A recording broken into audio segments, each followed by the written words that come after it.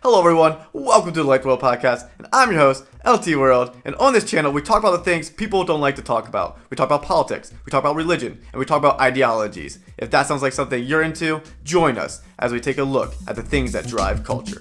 Do you really despise religious belief? I despise people whose belief in religion is so firm it justifies killing people. Inside, 39 members of the Heaven's Gate cult had taken their own lives.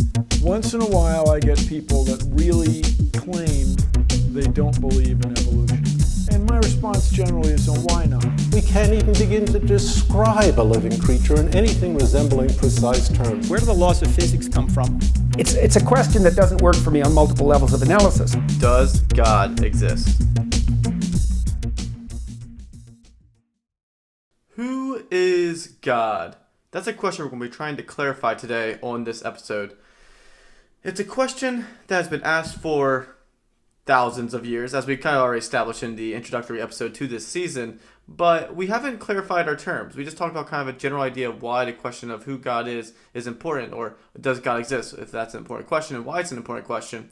But we haven't really established what we mean by God, and I think that's important before we start jumping into the actual arguments for and against God later in this season. So let's just clarify our terms as we head forward. I was thinking about doing a historical episode on theism in the West, kind of like I did with atheism, which was the last episode. But I thought it might be better just to define our terms and move forward from there. Because basically the history of theism is more of a Christianity kind of thing. You could kind of cover some subtopics of Islam and how that got into the West, or Judaism, or some other things. So you can talk about the different subgenres. But I thought it would just be better just to define our term. What do we mean? Kind of explain what we're talking about, and then going forward, we know what we're talking about when we talk about these arguments, instead of going through the history per se. So let's just jump into kind of defining our terms. So what do we mean when we say God on this episode? What do we mean when we're doing the season when we refer to God? Because there's been many conceptions of God. You have Hinduism, which is, there's this idea that there's multiple gods. There's a polytheism. There are gods of all variety, ranging from Krishna to that's the main one I know. I don't know a lot of Hindu gods. I just know Krishna mainly.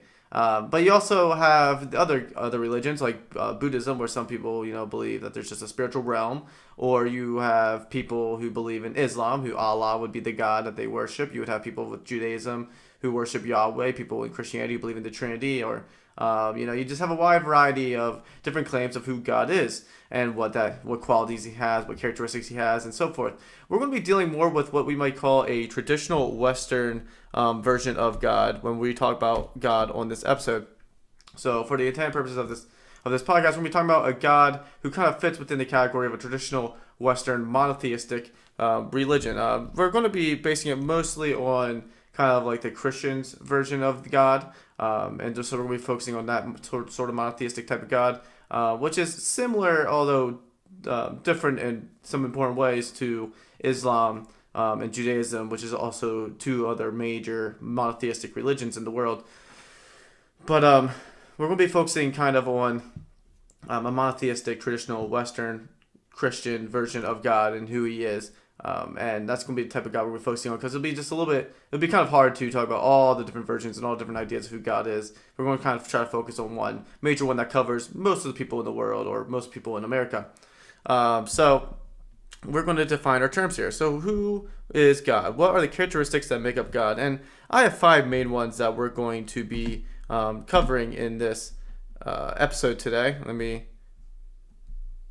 There we go. So we're going to be covering 5 main qualities of God on this episode, and this is going to be kind of the general overview of what we mean when we refer to God. So we're going to be going to be speaking of a God who is eternal, meaning he has no beginning or end. We're going to be speaking of a God who's omnipotent, which I'll be defining these terms a little bit more clear throughout the episode. I'll tackle each one.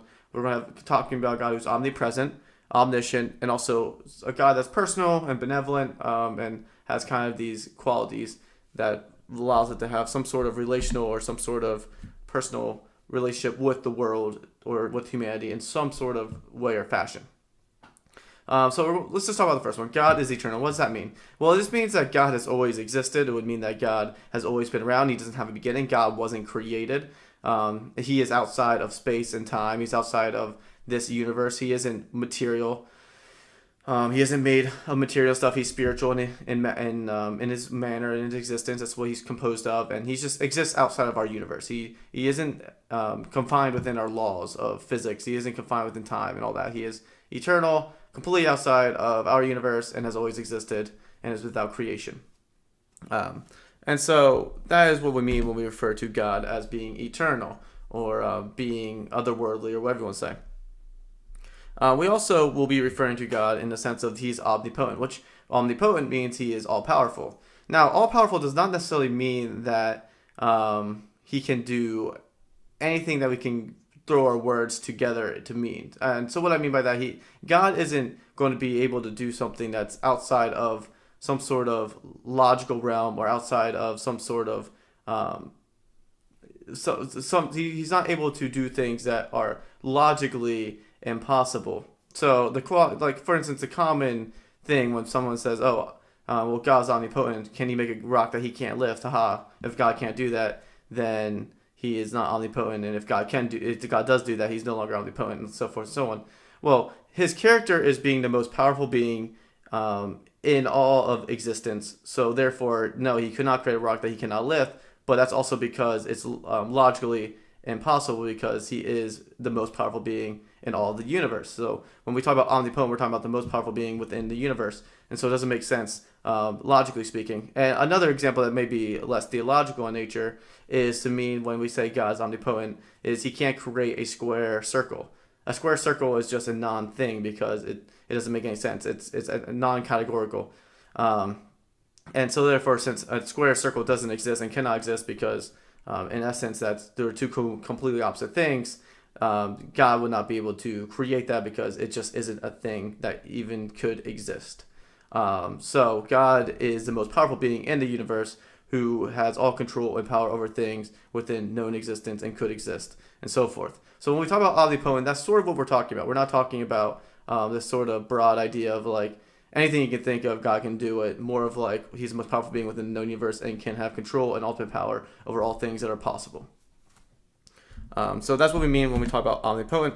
God is also omnipresent, which is something that actually not all religions agree on, but within general Christian terms or general Muslim terms or monotheistic terms, God is omnipresent, meaning that his realm of influence is everywhere. He may not physically exist per se in all places, because if he physically existed in all places, we would be completely consumed in his body in some way, shape, or form.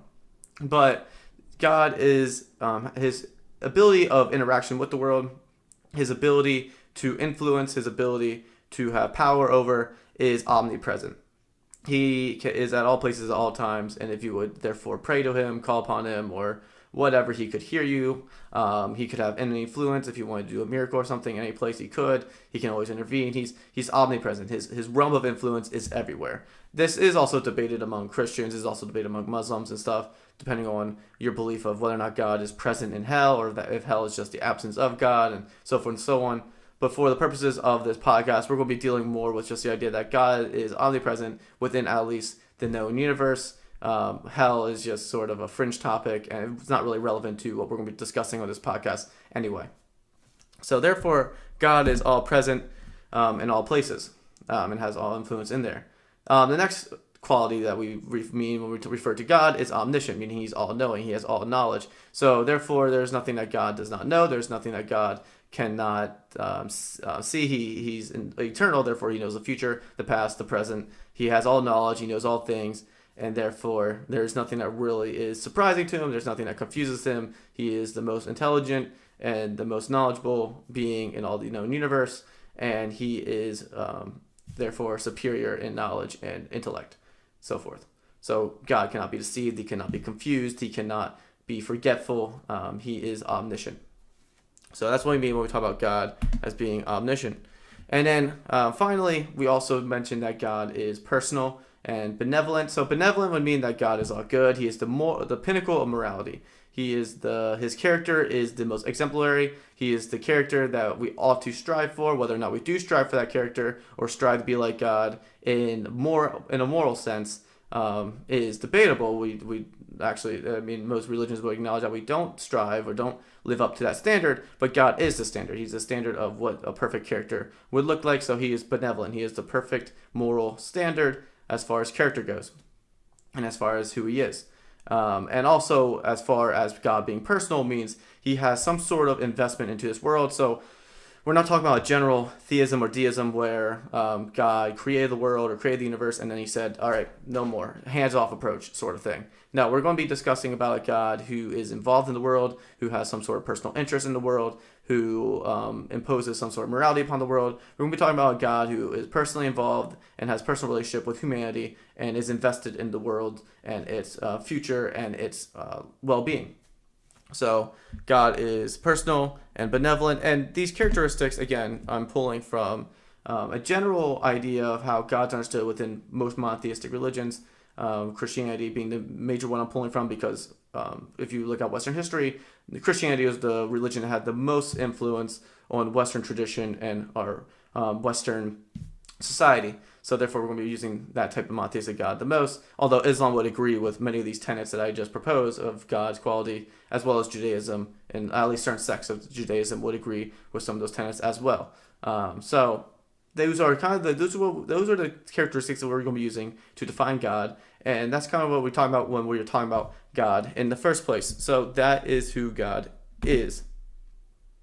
And therefore, for the intended purposes of this podcast, that's what we're going to be referring to, and that's what we're going to be meeting when we talk about God for the rest of this podcast.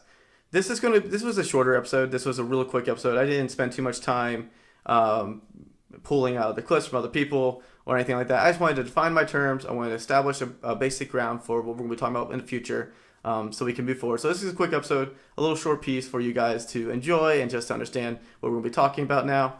And I hope you guys look forward to the rest because the next episode we're jumping into the arguments, the debate, which I think most people are looking forward to anyway, but I need to establish some background for atheism. I need to establish some background for what we mean with God, and just the importance of the question before we could jump into these arguments. But next week, we're going to be starting off with Pascal's wager. If you don't know what that is, definitely buckle in and tune in because you're going to learn a lot that episode. It's going to be a lot of fun. And then also we're going to be going from there. We're going to be talking about more after that. So next week is Pascal's wager. We're going to be talking about the first argument for God and what atheists have to say about it and what theists have to say about it and which one makes the most sense at the end of the day. So look forward to that and join me on this journey as we move forward. So thank you guys for listening. And now, please go out there, friends, and light the world. If you would like to learn more about how to light the world, subscribe to whatever podcast platform you're listening to and follow along because we would love to have you and we continue to cover topics like this down the road and you can grow in your understanding and in your knowledge of these different important topics that we deal with every day. You can also follow me on Instagram and Twitter. On these outlets, I ask questions, I run polls, people can DM me, and I'm going to do some more special content on there anyway. So definitely follow along there and join the Light the World community. And you can also subscribe to my YouTube channel if you like video content, and I post some extra videos on there occasionally. So follow along, join the community, and we're going to have a good time learning more about the important topics of life.